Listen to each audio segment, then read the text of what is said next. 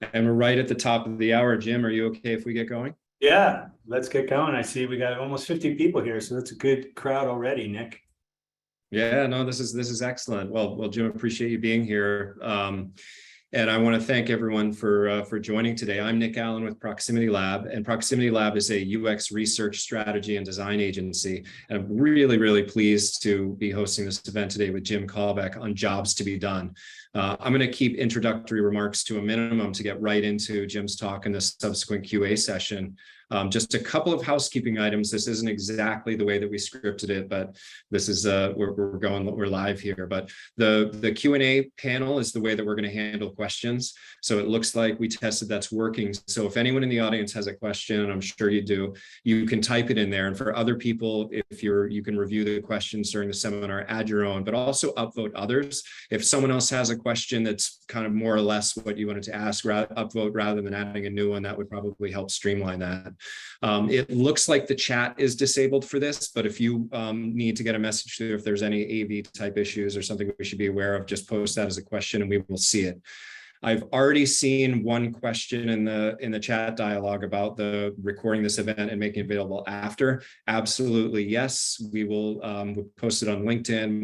It'll be hard for you to miss when we make this live after the event for everyone. So with that, I want to welcome Jim Kalbach. Jim is chief evangelist at Mural, and more importantly, he's author of the Jobs to be Done Playbook. We had a chance kind of in the waiting room to talk about this, but Jim, I know that Jobs to be Done isn't a new concept. In fact, it's been around for a while, but it certainly seems to be making its rounds in UX circles.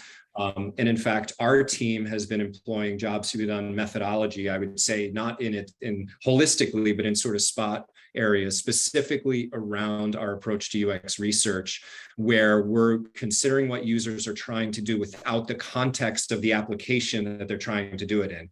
And that's been just a really nice kind of lens to look at how we do UX research, but really excited to hear about other ways it can be used and to hear your perspectives as well.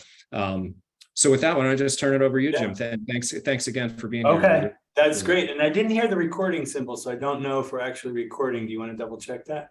Yep, I see recording. It's in progress there. So recording in progress. Excellent. Then I'll get going. Hey, thanks for that, Nick. And hello, everyone. Thanks so much for joining. So we almost have 75 people here. That's great. My name is Jim Kalbach. I do have a UX background, right? So I came from design and innovation and UX. Wrote two other books too, Designing Web Navigation, way back in, what was that, 2007, I guess. And then Mapping Experiences, which now has its second edition as well too, is also kind of firmly rooted in UX and CX as well too. But the latest book, the Jobs to be Done Playbook, really it encapsulates my exploration of jobs to be done. I first got involved with jobs to be done around 2003 when I got introduced to the topic. And I used it much in the way that you just characterized it, Nick, at Proximity, which was, it was enhancing and supplementing other things that I was already doing, right? It was a way for me to apply a lens and to shift conversations and to write in a specific way and use language in a specific way that I thought helped with cross-disciplinary conversations, for instance. So the Jobs to be Done Playbook is really a summary of what I learned over the past almost 2 decades now, using Jobs to be Done in part and also in full. I'm also the co-founder of the Jobs to be Done Toolkit, so JTBD and we have some live webinars once a month. Next Tuesday, we're going to be doing a webinar, free, open to the community. It's really a lively discussion. And then we also have some courses. So we're going to be doing one in December 5th, 7th, and 9th. If you go to the Jobs to be Done Toolkit, you can see some of those courses that you can sign up for there. There's also free resources and downloads at the Jobs to be Done Toolkit. So I'm going to jump right in here because we want to leave time for questions. So if you do have a question as we're going along, put it into the Q&A pane, and then Nick and I are going to come back and we're going to answer those.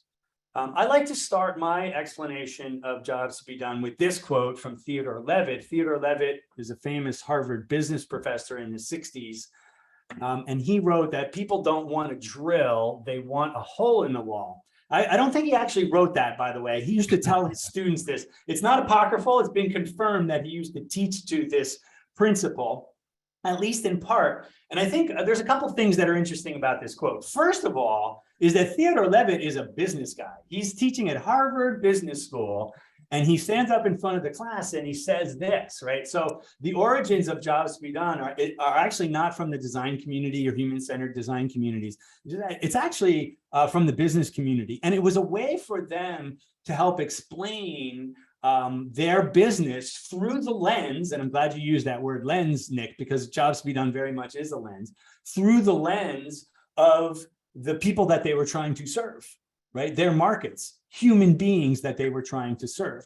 So what's in this quote, though, I think is kind of a little bit of the essence of Jobs to be Done, which is that flippant perspective, right? If you're a drill manufacturer, you're concerned about your product and your customer journey and your price point and your go-to-market motion. Those are all good things, right? You should absolutely pay attention to all of those things. What he's saying, though, it's a reminder, and he's saying, hey, guys, there's also an innovation opportunity by flipping your attention away from all of that, right? Forget your brand, forget your product, just for a second, not forever, just for a moment. And let's look at things from a different perspective. Let's put a different lens on this. What is the individual trying to get done? And notice I didn't say user or customer. It's a human being that you're trying to serve. They are trying to get something done. Let's focus on that.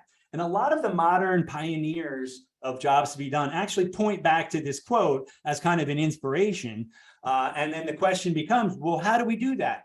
How do we talk about the objectives and the goals and the needs that people have without talking about them through the lens of our own product or brand, right? And that's what Jobs to be Done does. It gives us a language to talk about the goals and the needs that people have without calling them users or customers or looking at them through the lens of our own solution. So what ultimately Jobs to be Done is, then, I see it as a framework for innovation, right? And I use the word innovation in the broadest sense of the terms. It doesn't have to be the next iPod. It can be any change that you're introducing to the market, right? What you want to do, what any innovator wants to do, is they want to predict adoption. They want to launch something that people are actually going to use, right? And that they're actually going to adopt and pull in towards them. And what Jobs to be Done does is it helps the innovator, before they start innovating, it helps them get a perspective around what might be those factors that help us increase our chances of adoption later on. No guarantee, right? Because human beings are kind of fuzzy and messy out there when you start talking about human needs. But Jobs to be Done is a framework and a language that helps you predict adoption, right? So as the innovator, you can try to get some insight into what might happen later on before you even start coming up with a feature or a solution or a button or a price point or a go-to-market motion. You can actually have some of that logic around prediction through the lens of Jobs to be Done. And we do that by targeting the objectives that people have. What are they trying to accomplish? And then how can we get that done better, easier, or more complete than any other solution in the market? So we talk a lot about the problem that the individuals that you're serving have versus the solution, right? Or problem space and solution space. And Jobs to be Done is very, very much rooted in the problem space, not your company's problem, but the individual's problem, right? So it tends to happen before you come up with solutions. That's the best place to think about Jobs to be Done. But it can actually inform go-to-market and other things as well, too. But I kind of see it as an engine of inquiry that sits up front and helps drive your innovation efforts to predict adoption. And it's really a framing function. And I just want to use this really quick example here, Nick, just as an example, that we can look at this photo and see coffee beans and brown water that's been hot water's been poured over coffee grounds, and there's a cup and there's a saucer here. So there are products and there are solutions in here as well too. The lens that Jobs to be Done brings with it is not what is this thing, but what does this help people get done, right? And I'm just going to ask you, Nick. I very often do this in the chat, but why might you hire coffee in? If you to provide a boost of energy. Right, exactly. And that's so when I do this exercise, there are a couple themes that come up, and that's often the first one: to wake up, to get a boost of energy. And that's right. Oh, and by the way, there might be multiple answers here, because another one might be around, there might be one around a ritual. There's a comfort factor there. There's something habitual about drinking coffee. Another one might be a social factor as well too, right? It gives you a reason to meet somebody at 4 PM. So, you know, it's not drinks or dinner or some of these other things, right? So there are a couple different jobs that coffee gets done, right? Let's just take that one that you mentioned now, Nick. And I'm going to frame it this way: get energy in the morning. And I qualified that by saying morning. Get energy in the morning, and that's very specific language. We're gonna dive into that a little bit, Nick, here as well too. So instead of saying, you know, drink caffeine through a cup of coffee, that's a product and a solution. We're saying get energy in the morning. And the reason why we formulate it that way, rather than consuming caffeine, because you could also say, hey, consuming caffeine, right? That's the solution, though. If I say get energy in the morning, now what I can ask you, Nick, is how else do you get energy in the morning? How else? And I'm going to ask you that. How else might you get energy in the morning? Any idea? Exercise, movement, right? Yoga, run around the house, thing. What? Any other thing comes to mind? No, that's my routine. I know there are others. But, you do exercise, right? Very often people say take a cold shower, jump in a lake. So there's like water, for something about water helps you get energy in the morning. Some folks say they take alternative beverages that give them energy, like tea or Red Bull or something like that, right? You might have other ways. One way might be a kale smoothie. Right? You might say, hey, I can do a kale smoothie. And the reason why I mention that is because there's a thought leader in Jobs to Be Done that actually has a book called When Coffee and Kale Compete. That's the title of the book. When coffee, and you might say, wait, coffee doesn't compete with kale, right? But that's the solution definition of coffee doesn't compete with kale. That's through the lens of the market analysts, right? Coffee, that's also coffee manufacturers, right? Yeah, and that's also the section of your book you talk about Clayton Christensen and the whole study on breakfast drinks and smoothies. And if I'm spoiling your leads. No, not at all. But the point I wanted to make is that what Jobs to Be Done helps us do is to look at things through a different lens. Rather than seeing coffee and caffeine and saying coffee and caffeine give me energy, we can say get energy in the morning independent of those solutions, so that we can flip our perspective. So from the individual's perspective, a kale smoothie, doing yoga, and taking a cold shower also compete with coffee. Right. And it's that type of perspective shift, right? To see things from a different way. And instead of saying coffee competes with coffee, we can say coffee competes with these other things, because we formulated it in a different way. And that's really the power of Jobs to Be Done, is allows you to see things that you might have otherwise overlooked. And I think that's what Theodore Levitt's advice to his students was.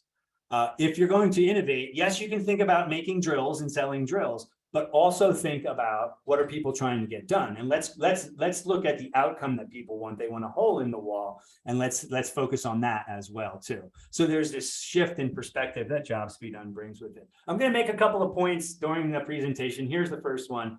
Jobs to Be Done is an innovation framework. Right? It didn't come from design. It's not only for UX and designers. Business folks can use it. Marketing folks can use it. Other folks can use it as well too. So I see it more broadly as an innovation framework to explain human behavior independent of technology or solutions in order to accelerate adoption. Right? That's really what it is. It's an innovation framework to help with adoption. Ultimately, that's how I see Jobs to Be Done. What I want to do now, that's kind of the high level principle of Jobs to Be Done. I want to jump down from a 10,000-foot view to a very small view here, a detailed view rather, to look at how Jobs to Be Done works, right? And I see essentially there are six big elements in the Jobs to Be Done framework that you, as the researcher, it is very much about research. It's a very much a research perspective, because what you're trying to do is listen to the people that you serve and then categorize and filter that information into discrete different categories of information, right? And here are the categories. So when you do Jobs to Be Done research, you want to know who's your job performer and what's your target job. That's often a top-down decision. That's actually what frames your field of vision for doing the research. And then from the bottom up, the things that you want to extract are, what are the steps in getting that job done? What are the outcomes that people are looking for? That is, how do they measure success, how well they got it done? So the steps are very functional and the jobs are very qualitative, right? And then there's also emotional and social aspects. One myth about jobs to be done, Nick, is that it doesn't pay attention to emotional and social aspects. That's not true. You actually want to discern those things. They just go in a separate bucket, right? So we separate the step from the outcome, from the emotional and social aspect. And then there are these factors which are more conditional, like where and when it happens, right? So notice I said get energy in the morning for coffee. The in the morning is a factor, right? I could have said get energy in the afternoon at work.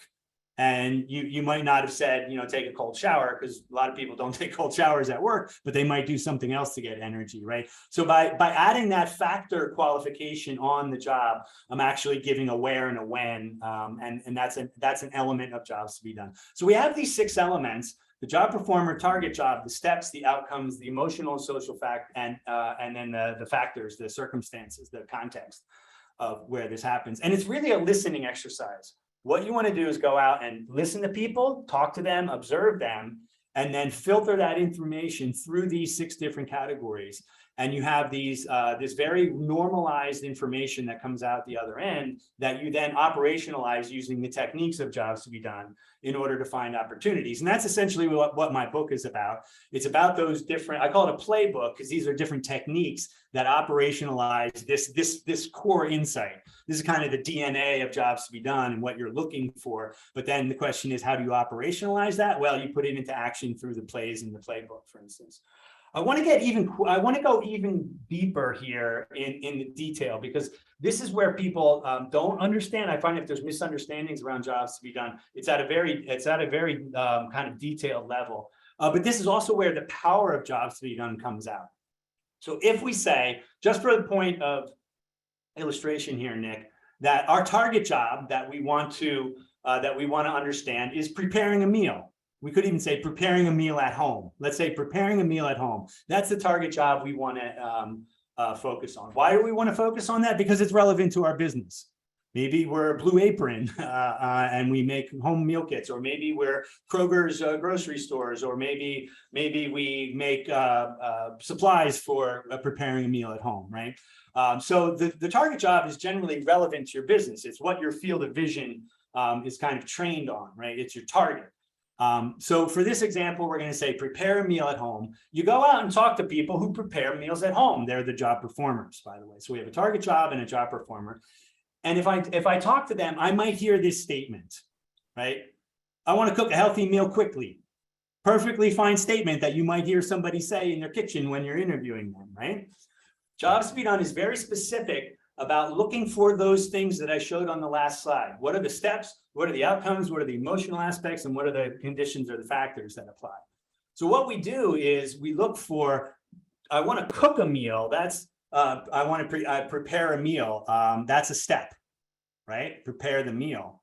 That always begins with a verb, and there's very clear rules about how we formulate the steps. So on the left, I have the steps.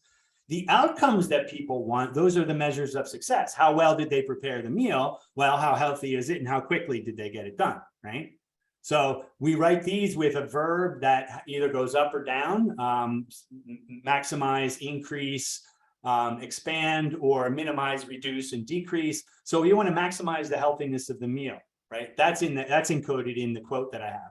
You want to minimize the time it takes to prepare meals. And there are rules around formulating those. So what I did is I separated the step from the outcome that people want. And that's a really important point in jobs to be done, is this clear categorization of information. I don't have any emotional things here, but then they might say, so I feel good about myself, right? That would be an emotion. I don't have that here. But the point I wanted to make is steps and outcomes are separated. Now, if I go out and continue to talk to people and collect quotes like this, right? This is just one quote of pages and pages of notes that I might have. You're going to find that there are other steps that you find and other outcomes that you find, and the list goes on and on and on. So we have this categorization in these buckets.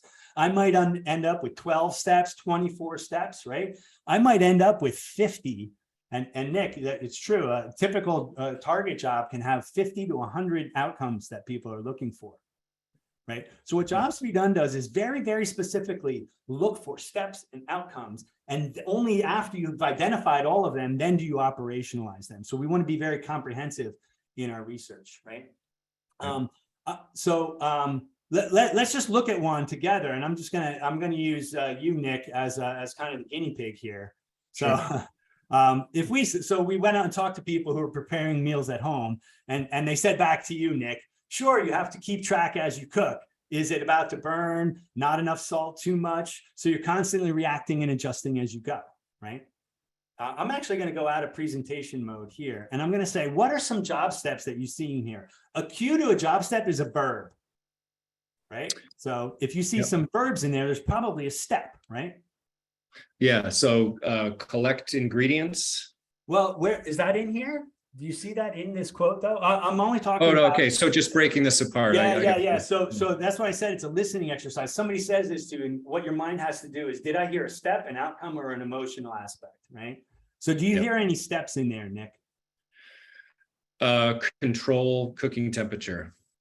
Okay. Control cooking temperature. I'm going to write it down. I'm not sure. I might come back to that. What else? Yeah.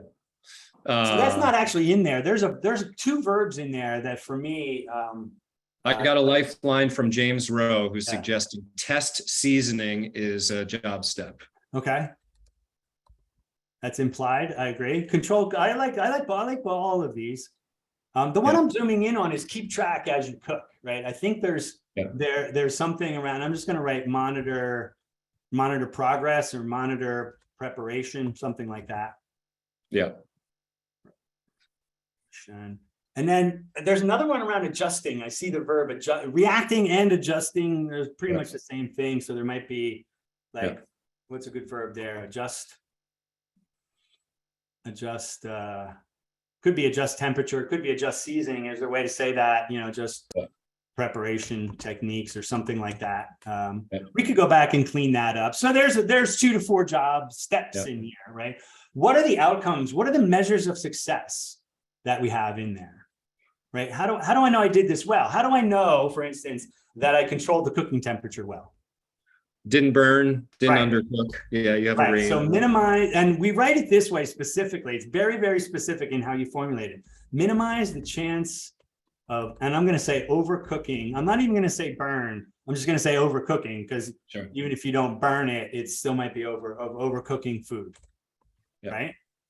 And then I think there's another one in here too, right after that, right? There's one around reduce the chance of over seasoning. Seasoning food, right? Those are implied outcomes. So the point is, we get this raw data from human beings that we talk to about them getting their job done, not about our product or our brand or how much they love us or their NPS score, what they think of our price. That's not what we're talking about. We're talking about then preparing a meal at home. We listen to that, and then we extract these very specific things, the job steps and the outcomes. And we do that over and over and over again until we have 12 to 24 job steps, could be more, could be less, and then 50 outcome statements, right? And then you're also going to have a list of emotions, and you might have some factors that really matter too. A factor might be whether you're in a hurry or not, whether you're making it for yourself or not, right? Those are factors that are going to affect all of these things. So we have these discrete categories of information. One of the first best things that I think you can do, just to move on a little bit here, is take all of the steps and put them in a chronological sequence. So take all of the steps that you heard and put them in a chronological sequence. We call that a job map. This is different than a customer journey map, because they're not a customer yet. We're not talking about how they find our brand or what their decision is to buy us. We're talking about how they get their job done independent of our own solution. So you notice there's no technology involved in here. We don't even mention pots and pans. You talk about ingredients or tools for preparation. We don't say pots and pans, because that's a specific solution, right? So we expunge any technology, including our own, from this language, and we get a sequence that might look like this, right? This is very high level. Decide what to make, determine how to make the meal, acquire the ingredients, get the ingredients ready.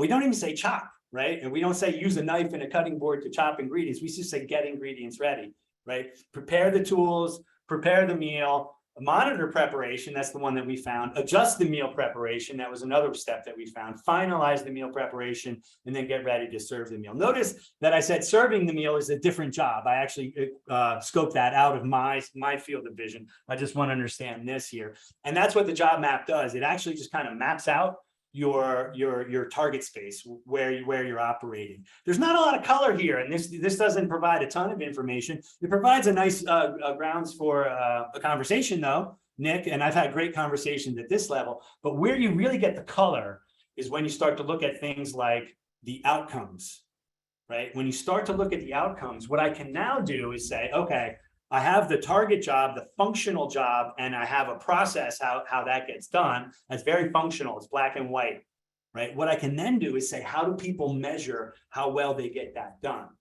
And I can take all of those outcomes and I can prioritize them. One of the best ways to prioritize them is to go back out to the market and quantify a prioritization.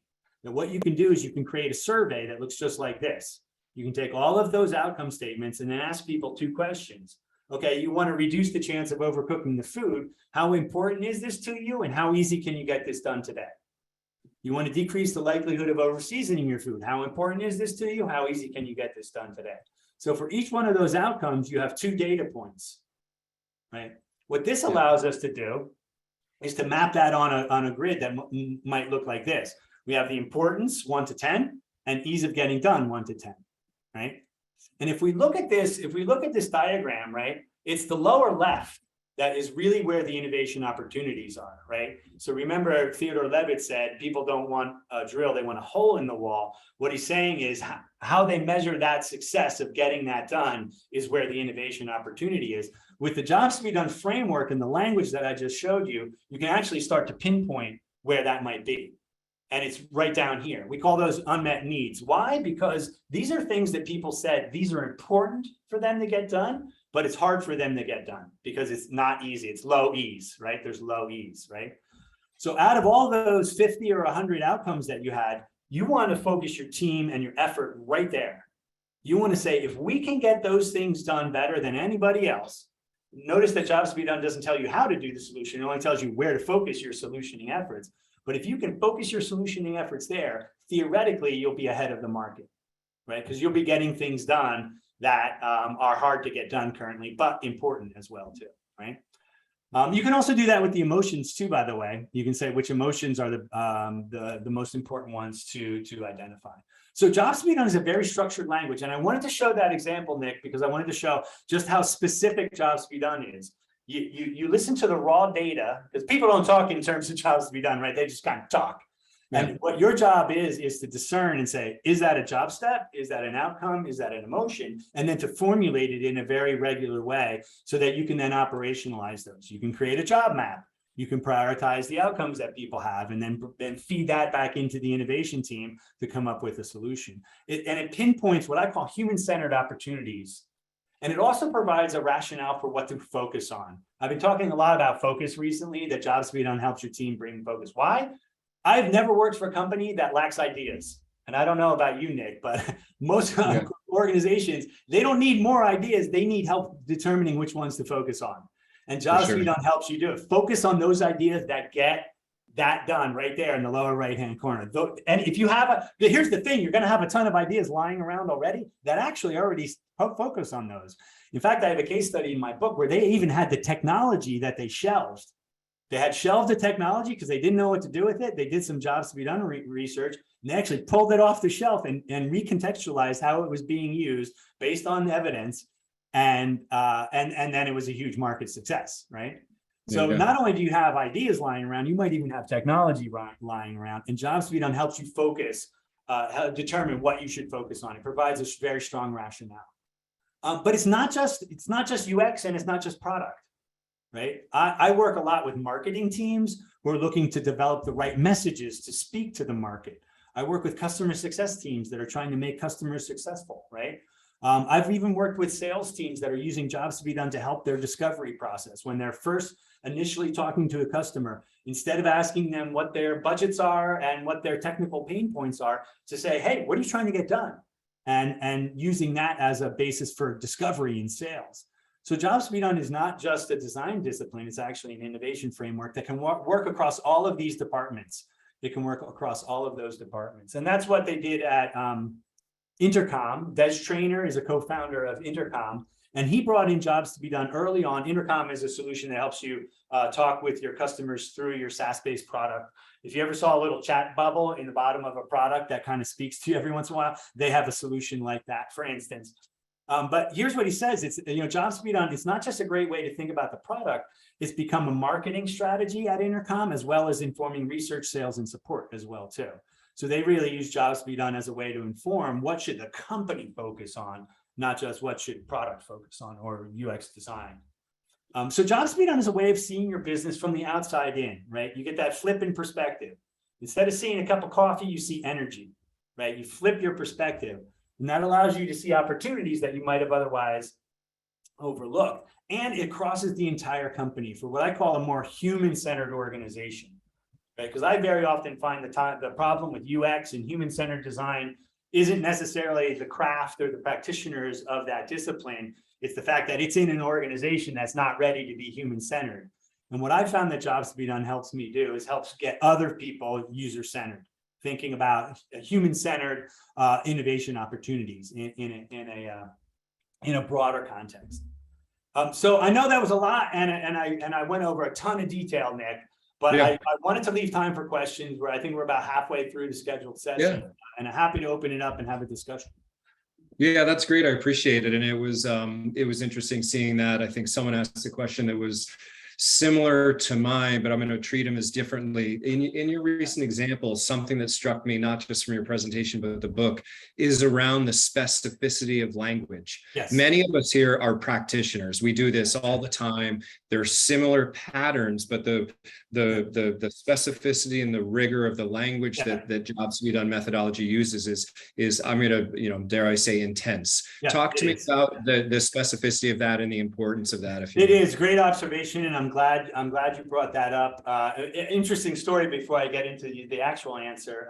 Some folks in the jobs to be done community that I admire and follow and have conversations with, where we're just tweeting about this. Jan Vermouth over at Venbridge Consulting, he said, "Hey, I wonder if being a poet, in other words, being able to work with language, would help jobs to be done practitioner." And that was his tweet, and then we debated that a little bit. And I actually thought yes, because a lot of times, and if you take my course, I will stop and correct language all the time. Say that's not a verb, or what's a better verb to use there? And really looking, and I say this too in my courses, I very often use a thesaurus when I'm doing jobs to be done work, because I want to get the best, most concise word that actually represents the intent that I heard as my verb for a job step, for instance. How can I express that in a very, very clear and compact way? So there is a lot of attention on language, and I think that's a power of jobs to be done, because it adds a lot of rigor. It adds a lot of rigor. Also the categorization. So there's actually two things. The categorization saying, no, that's a functional step and that's an outcome. That's a measure of success. This is the actual step itself. And being very precise about that, I think, is where a lot of the power in jobs to be done comes. And the other side is, as you pointed out, the language that you use. Here's the thing. If you're ever going to do a survey, like I just showed you doing a survey, you want to be comparing like things. So getting the right level of granularity, getting something that's formulated in a consistent way actually allows you to then better compare things in a quantitative way, right?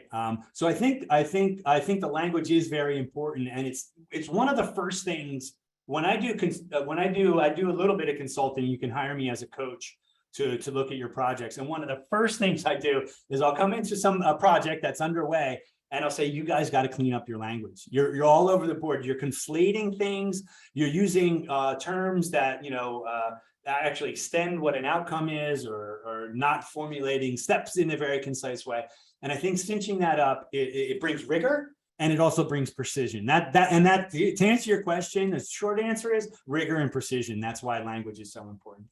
Yeah, and it's true. And I can see how that manifests itself all the way down to actual product design. We spend considerable time internally debating and with our clients calls to action in product experiences themselves. And that language becomes incredibly important. And if you start what you're talking about, you'll probably be closer to that endpoint for sure. I think so. I agree. And you bring up a good point that one of the key, you don't do jobs to be done for your health or for yourself. It's actually something that you then need to share back out with the team. So one of the criteria of quote unquote good language in your jobs to be done work is, will my stakeholders understand this? And will it seem obvious to them, right? So when I show you a job map of preparing a meal, you can read across that. You don't need me to explain it. And you go, yeah, that's obvious. And that's a good thing. If you can explain it in a way where people go, I got you, Jim, what's the next point? And getting that language in a way that's very clear and concise, but also accessible is part of the jobs to be done work. Yeah. Let's tick off real quick. James has a quick question around your 2x2 matrix with again about language. And I think that aligns with, he asks about using the word ease of getting it done rather than difficulty. And that's a choice, right? A positive, negative type of choice. It's positive, but it would also then flip it would flip the graph, right? So I wanted it this way so that the lower right-hand corner, because if I said difficulty, then it would be low difficulty and high difficulty. So low difficulty would be easy. It would actually flip this diagram around, right? So I wanted a positive term, and I also wanted the diagram to end up this way, because typically in jobs to be done, we talk about the lower right-hand side of it as well too. So I used ease for that point. You'll notice when you go out and research, particularly at this point, you'll find that very often, in fact, most often it's used satisfaction, not ease, but satisfaction. I've started to gravitate towards ease rather than satisfaction because I find the word satisfaction unsatisfying. And it's hard for folks to answer. I think if you ask people how easy it is for you to get done, they can actually answer the survey easier than saying, how satisfied are you getting it done today? So this is my own language. And I just wanted to warn folks that if you go research this, you're going to see the word satisfaction there and not ease. Yeah. Thanks, James. It looks like Hannah's question is getting upvoted here. So let's take a look at this and parse it together, Jim. Sure. Mentioned jobs to be done being effective in different stages, but I primarily see it in the discovery stage of projects. Great. What is a good way to build beyond that phase an active method, not just a Miro board you refer back to?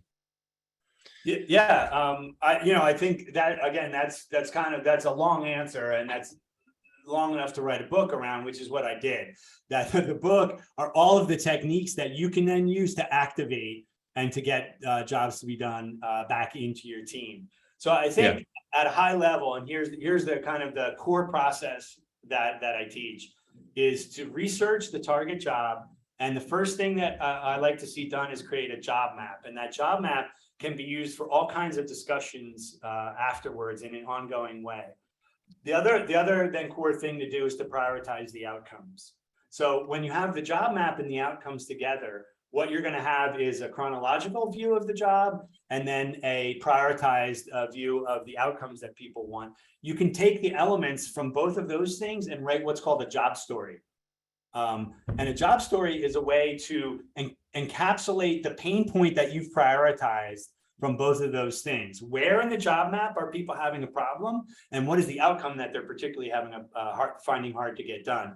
You can encapsulate and code both of those pieces of information in a job story, along with emotional aspects as well too. And for me, a job story is a way to really kind of compress things and bring it down to a point, because the audience of the job story doesn't have to know about all of your research or all of the prioritization you did. All they have to know is the outcome of your research is encapsulated in the job story. So I would go ahead and look at job stories. Of course, I have a play in there in the book on job stories as well, Nick. Yeah, that's great. Thank you for answering that. And it is related to a question that I had at the end of the book. There's a really great section around what you call recipes, combinations of jobs to be done techniques for different practitioners. So for those who are reading the book and aren't there yet or do that, you can sort of find yourself like in a mall. You are here, and here's the recipe that corresponds to what you should do.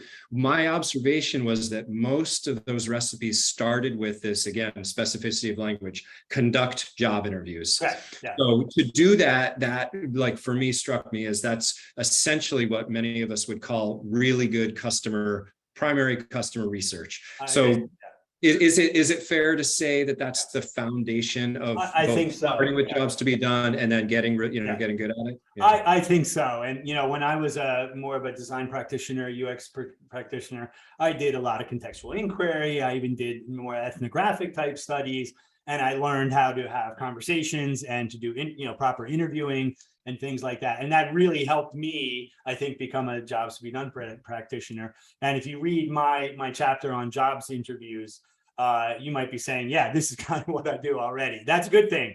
So take those skills and leverage them. The difference is what you're looking for.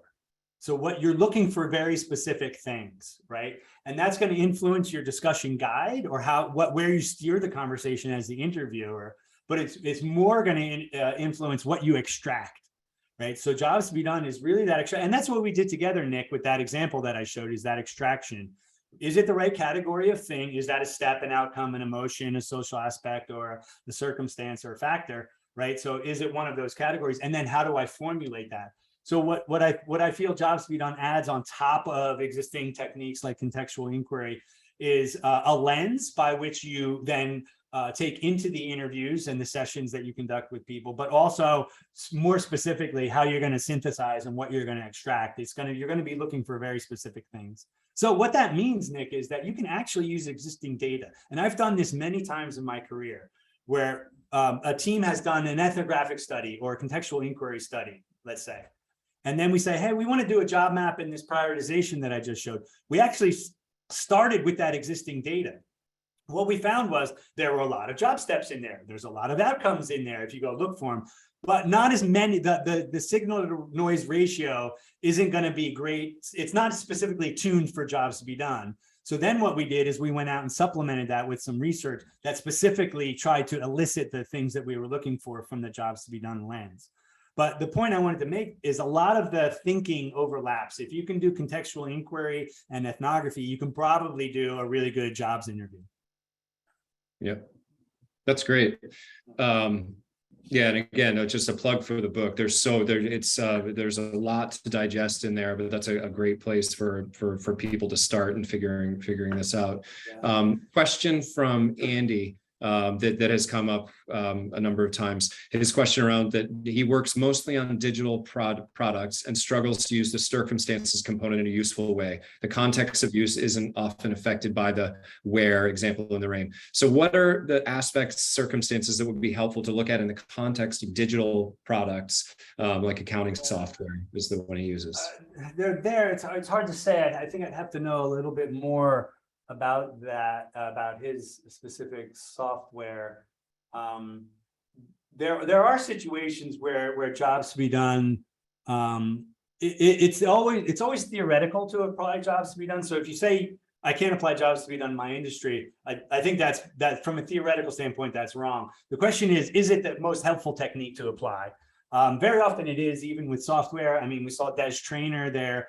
Intercom, his company is a software company, right? So they apply jobs to be done. And I know it can be done. What you might have is multiple jobs that you're trying to target and identify, right? But the circumstances, there will be circumstances. What might end up is that you actually have a lot of different circumstances. The question is, which ones are going to be which ones are you going to prioritize? Or which ones are the most important for the people that you serve, right? And you probably will end up with a limited set of circumstances as well, too.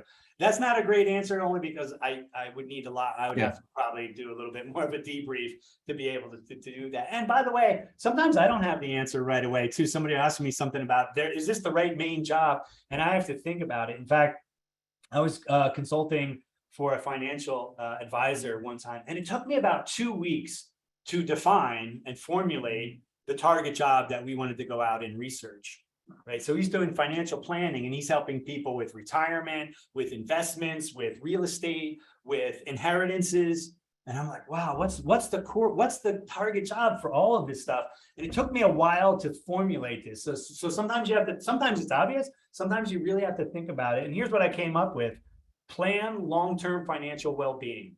All of the people that he served were trying to plan long-term financial well-being, regardless of how they did it, whether it was with retirement or investing or inheritance. They wanted to plan long-term financial well-being. That did not come to me right away, right? So the specificity and rigor that we talked about, Nick, doesn't just pop out by itself. Sometimes you have to put a lot of effort into the words and the formulation that you come up with. That's great. A couple of questions around different, existing frameworks and methodologies. So Diana asks, could we, should they consider using jobs to be done instead of design sprints if they're looking for innovation? So probably a couple different ways you could answer that. Like my interest being in, can you combine different methods and techniques in innovation? Anyway, I'll let you take it. I have some friends who are working on what they call a job sprint, but that's more of a way to get through the process that I just talked about in a short period of time. I think that's very different than a design sprint, though. I mean, just the word design sprint is very different because you're looking for a solution, right? What I think Jobs to be Done does, and how it would work with a design sprint, is that Jobs to be Done would give you the problem to work on in a design sprint. And a design sprint, hopefully you come up with a solution, right? My understanding of design sprints, and I've run them before, and I know Jake Knapp, and I've read a lot of the books on design sprints, is that it's very much in the solution space, that you have a specific problem that you're trying to design a solution for, right? And the way that I see those fitting together is that what Jobs to be Done does is it would constrain your input into the design sprint. So remember that lower right-hand corner of my matrix? You would take one of those outcomes and say, how might we help people minimize the chance of overcooking their food, right? You take that into the design sprint.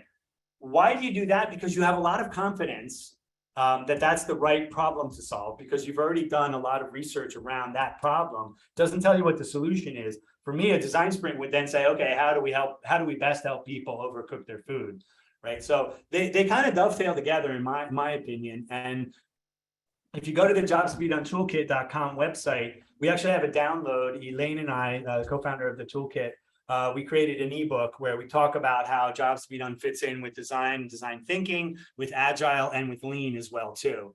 And we really see it as kind of an input that kind of feeds into both of those, all three of those actually, design, agile, and lean, but it doesn't replace them. So I very much see an interlockingness between Jobs to be Done and other existing techniques. Yeah, that's great. Yeah, for sure. I'm just scanning the list here. There's a question from Vladimir, and Jim, feel free to scan as well if any questions jump out to you. But this one I think is interesting.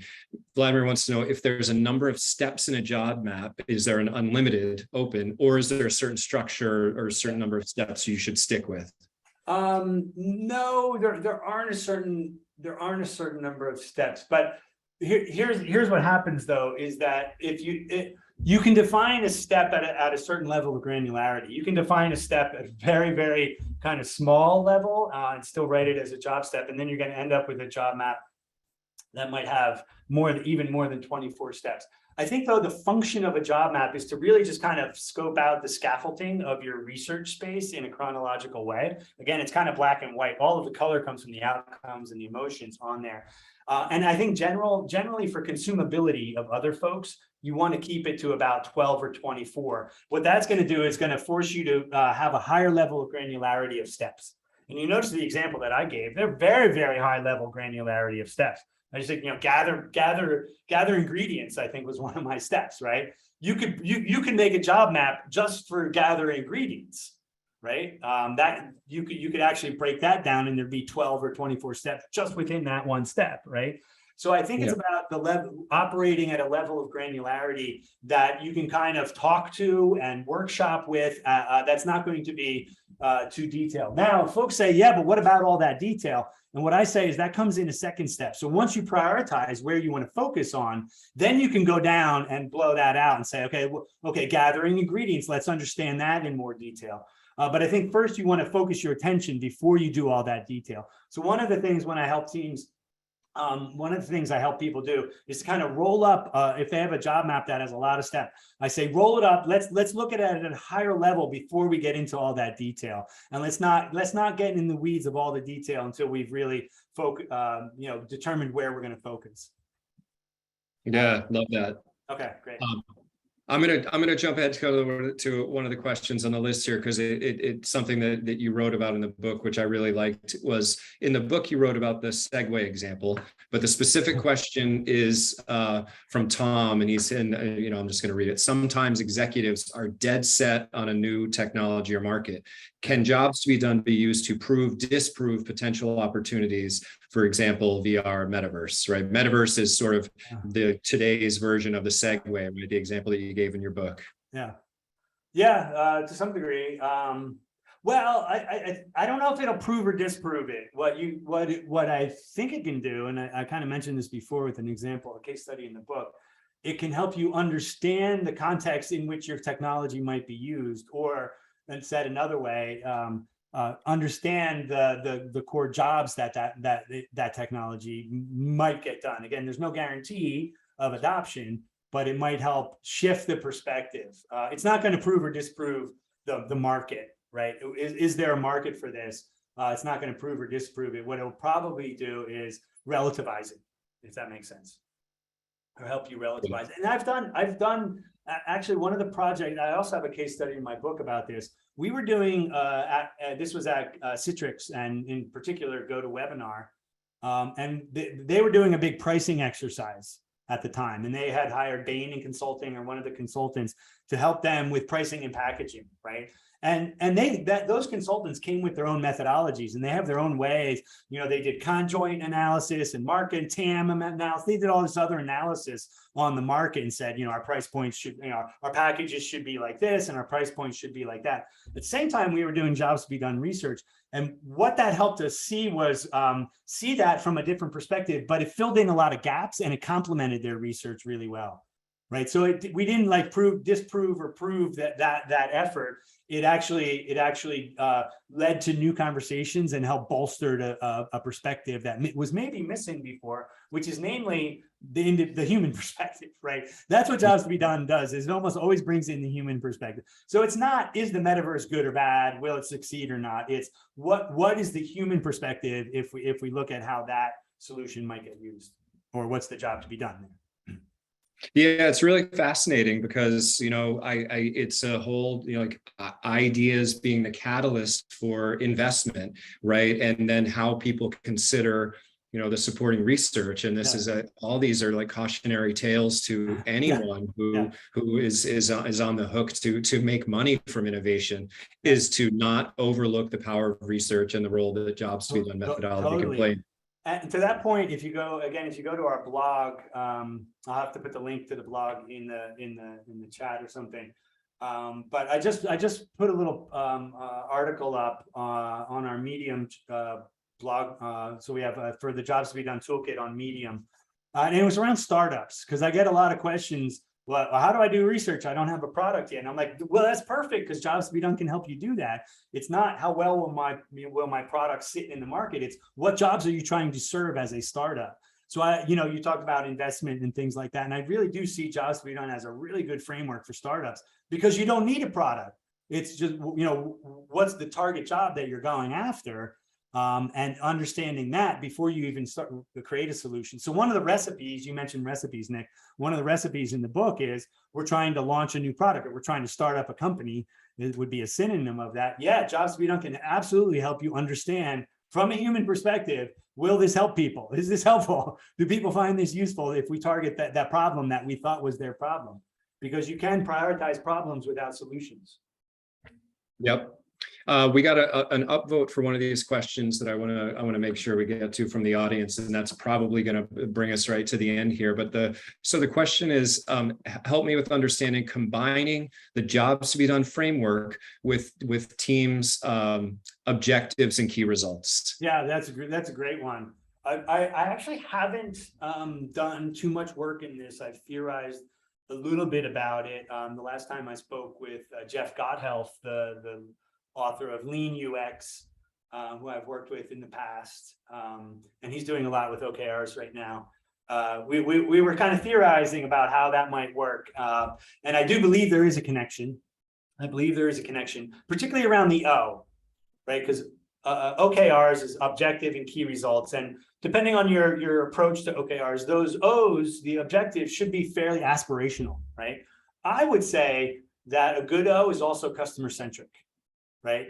So, I always kind of shudder when I hear O's like, make more money, or, make $1 billion or whatever they want to do by the end of next quarter. I'm like, that's not really a great O. It's not very aspirational. But help people prepare meals better, or more specific, we can take one of our outcomes, right? And help people for next quarter. We're going to help people reduce the chance of overcooking their food, right? That could be a product that they work on. How are we going to do that? I don't know. That's the solution side of things, right? We just want to make that an objective. So I do believe there is a link there. And some of the outcomes, I want to say, I'm kind of focused on the outcome statements that I talked about. Some of those have very measurable aspects to them. So you might say, reduce the time it takes to prepare ingredients, right? Reduce the time it takes to prepare ingredients. If that's actually measurable, you can actually look at how you can actually measure how long it takes for people to prepare ingredients and actually then reduce it. So that also then bleeds over into the KR side of it. You actually have something that's measurable, right? Yeah. That's a KR. Yeah, that's fantastic. I'm going to treat that as the last question and just use this as an opportunity to, I mean, we do have a couple more minutes, Jim, but I want to be respectful of time. There's a number of great questions coming in. We had a great attendance. I think your screen here and the call to action for people is to take advantage of the resources that you provide on the Jobs to be Done Toolkit website. I think we can capture the questions here. So if there's an appetite for maybe doing some offline answering of those questions, we can do it as well. But on behalf of Proximity Lab, I really appreciate you taking the time to talk about this, and think that this is a really helpful methodology for people in both in product and business. And I'll leave you with this one thought, Jim, and turn it over to you. That I started with our lounge before we were just sharing an anecdote that we were on a call with a prospect, and they shared with us part of their product strategy included some of the work around jobs to be done and how it was influenced by product strategy. And unprompted, she said that Jobs to be Done has created a common language for business and design to share success and outcomes. And just to sort of underscore the significance and importance that this can do for teams shouldn't be missed. So there's something really great here. And again, appreciate your time, Jim. But any closing thoughts from your end? Yeah, just that even if you yourself don't intend to use Jobs to be Done in your own research, particularly if you're in the design or UX side of things, I think there will be people in your organization, like in the marketing teams, or in the example that you gave, other folks around the organization, and it's probably in your best interest to at least understand that, so that you can be able to then interface with them, even if you're not going to apply the techniques as I pointed out today. But we also, go over to the Jobs to be Done Toolkit. Like I said, next Tuesday, we're going to have a little webinar. It's a community call. It's very informal. You can come on and ask your questions there. But we have a course at the end of December that I'd like to highlight again, December 5th, 7th, and 9th. It's like a mini course over the week. We do 2 hours, Monday, Wednesday, and Friday with some homework in between. And we really get into the nuts and bolts of what I talked about here. And we have a lot of hands-on exercises and discussions around the precision and rigor and how you formulate things. So you can check that out. But you can also find me on LinkedIn. I love to connect with people out on LinkedIn. There's my email address, but LinkedIn might actually be better if you go out and find me on LinkedIn. Happy to connect with everybody. Terrific. Thanks again, Jim. Everyone, I appreciate you stopping by today. We'll talk soon. Thanks for having me. Thanks, everybody. Okay, take care. Bye. Bye-bye.